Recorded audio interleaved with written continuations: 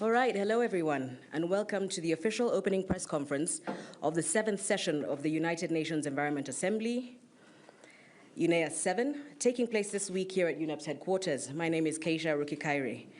We have just 20 to 25 minutes for this briefing, and our small panel today includes Ms. Andersen, who is the Executive Director of the UN Environment Programme.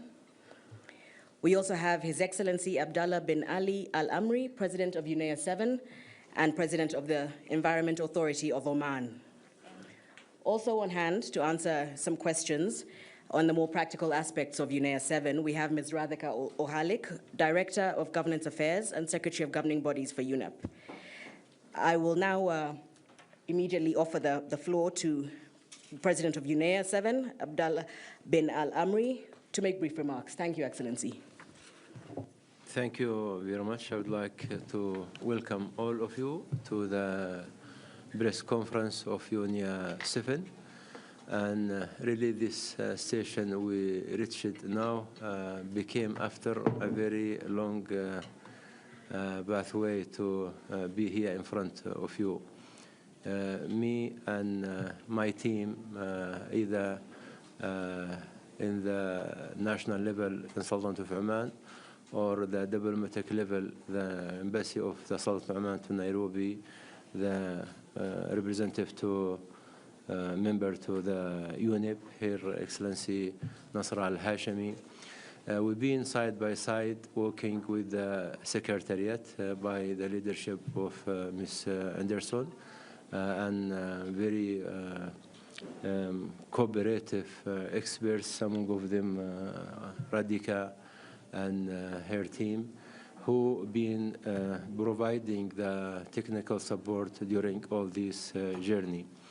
It is very important for me to say that since the day one we decided to shape the presidency with certain features.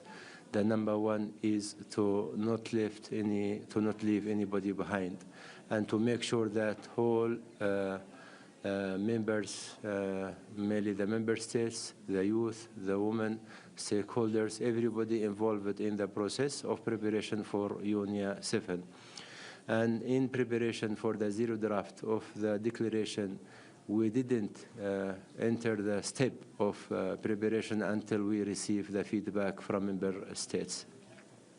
According to their visions, proposals, ambitions, we came up with the zero draft, even though the one we circulated in order to receive the reaction on.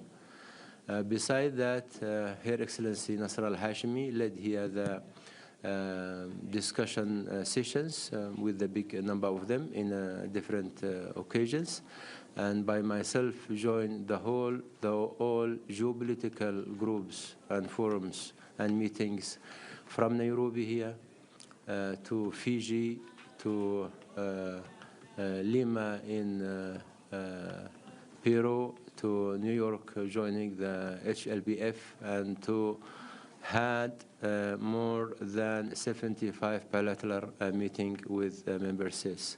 So I can say no one country on the map of the earth we didn't meet to reach this level. Many reactions and many involvement in the process of the preparation of UNEA-7 have been taken place in these discussions and meetings. And also I heard from many member states, they hosted a number of regional and national meetings and summits with youth, with women, among of them Sultanate of Oman, my country. We hosted the Youth and Climate Summit last August. We also hosted the regional Summit of Women and Climate, and all of these being in preparation for this important event. All of you joining us since during the last week, and you are watching how was the week very active and energetic. And really, I can say the expected of ambitious outcomes from this UNEA have been started through the outcomes of yesterday, through the two forums of the major groups and stakeholders, and also the declaration of the youth, which I'm proud about. Also, a number of side events will take place within the coming days, among of them the MAA day and event and high-level dialogue and sessions, discussions. And this is in the process of strengthening the relation and the synergies in between the MEA themselves and also in between them and the UNEA. So I would like also to express my gratitude to all of these have been participating positively to support the efforts which keen to make sure of the success of this UNEA. In the beginning, in the front of them, Ms. Andersen, Halek, and their team in UNEP. Her Excellency Nasra Al-Hashimi and her team, my team really in Oman, have been traveling with me around the planet to join all these important events, to come close to member states, the co-facilitators, the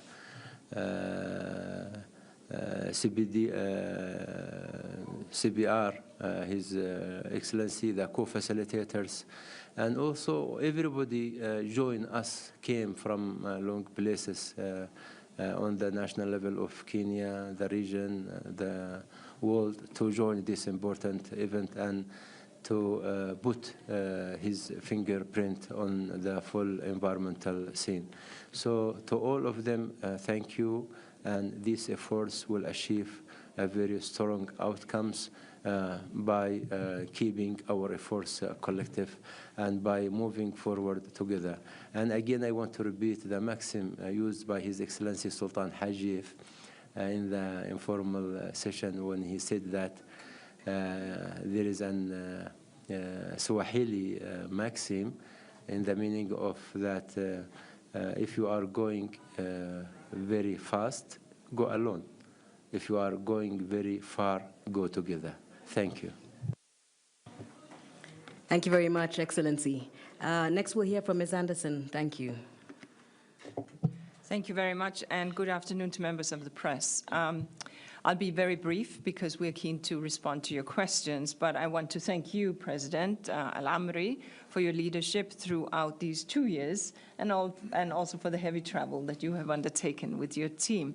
As I think you all heard in the plenary, UNEA continues to play an absolutely critical role. This is the place where the broad environmental scope is discussed by member states. And you've seen in the engagement that His Excellency also referred to over the weekend that this is not just member states, it is also major groups from all corners of life, as well as the young people in the Youth Environment Assembly. This was, if you did not know, now you do, the largest ever Youth Environment Assembly. The first one happened in UNEA-4 with 150 people. The next one, I think, was 250. And anyhow, at this point, at the third Youth Assembly, 1,000 young people collected here and coming on their own steam with their own commitments. This is a major achievement of which I am also very proud. A few highlights just to mention to you. Tomorrow, we will be launching the Global Environmental Outlook, UNEA-7, that will inform the week and inform, hopefully, the future pathway that we will take. Wednesday, which is Multilateral Environmental Agreement Day, there will be a focus on efficiencies, impact, effectiveness across the MEAs, and there'll be discussion around the synergies amongst and between these. And Thursday, we will have the high-level opening you would be well aware of. We'll hear from leaders from across the world. And Thursday and Friday, we will see these 3 leadership dialogues, one on health, one on circularity, and one on degradation. So it's a busy week. We will count on members of the press to do your part of the work here and to try to help us